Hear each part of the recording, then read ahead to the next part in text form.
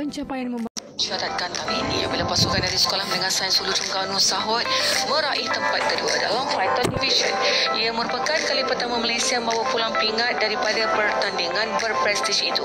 Ia menggambarkan kemajuan berterusan Malaysia dalam bidang robotik serta pendidikan STEM selain menyalahkan ketabahan dan kreativiti golongan muda negara.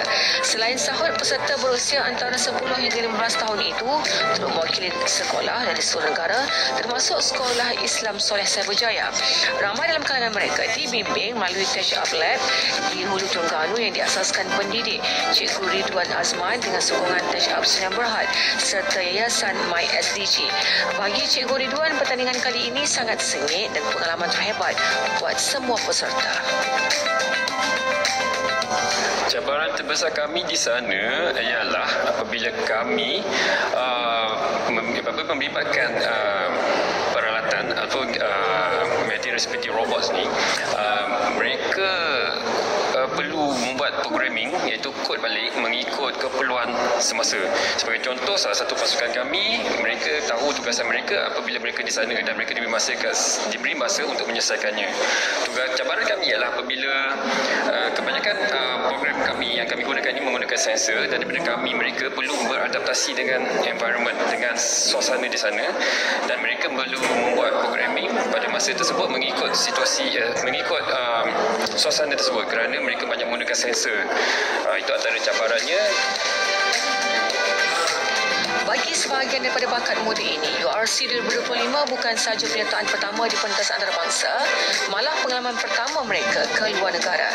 Mereka menetap dalam kategori Real Robotics Regular, Real Robotics Advanced dan Python yang menguji keupayaan mencipta serta memprogram penyelesaian secara langsung. Perasaan saya dapat menyertai pertandingan Universal Robotic Challenge kat Osaka. Saya rasa sangat bangga kerana saya dapat mewakili Malaysia dalam pertandingan yang sangat berprestij dan saya juga sangat teruja kerana ini merupakan pengalaman saya yang pertama dapat memasuki dan menyertai pertandingan di luar negara.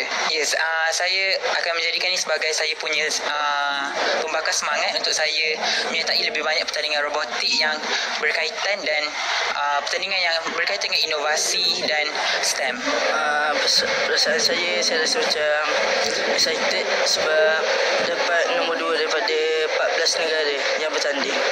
Cabaran terbesar bila robot tiba-tiba tidak berfungsi dan apabila berpindah ke tempat lain, kami perlu mengubah coding sensor di robot sebab apabila berubah ke tempat lain, lighting lampu berbeza, pencahayaan berbeza.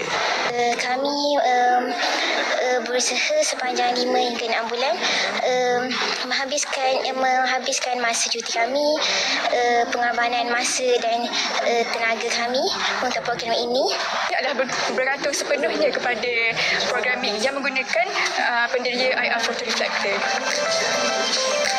Kesemua mereka merupakan pelajar tingkatan 2 dan 3 yang telah membanggakan warga Sahut dan juga negara. Saya sangat berbanggalah dengan pencapaian yang mereka buat dan pada asalnya memang kalau ikut pada guru dan tim kami memang kami mensasarkan pencapaian tahun ini sebagai pencapaian podium lah dan alhamdulillah mereka berjaya menyerap semua tekanan pada waktu pertandingan dan berjaya walaupun melihat kepada situasi itu yang mencabar tapi mereka kental menurut saya dan mereka mampu membuktikan bahawa Sahut Terengganu dan Malaysia berjaya mencapai kejayaan ini. Tahniah untuk beliau. Alhamdulillah PIBG sentiasa bersama anak-anak Sahut. Kami sentiasa memberi sokongan kepada apa jua aktiviti terutama robotik dan juga lain-lain dan kami akan berusaha untuk mencari dana sama ada daripada syarikat korporat, syarikat kerajaan negeri dan sebagainya lah. Alhamdulillah ibu bapa Sahut juga amat menyumbang kepada kejayaan ini. Besar harapan agar kejayaan ini menjadi pembakar semangat pada lebih ramai pelajar untuk terus cemerlang dalam bidang STEM dan robotik. Semoga usaha dan dedikasi mereka menjadi inspirasi kepada generasi muda untuk terus mengharumkan nama Malaysia di pentas dunia. Jamilah Hanim Jamil untuk Selamat Pagi Malaysia.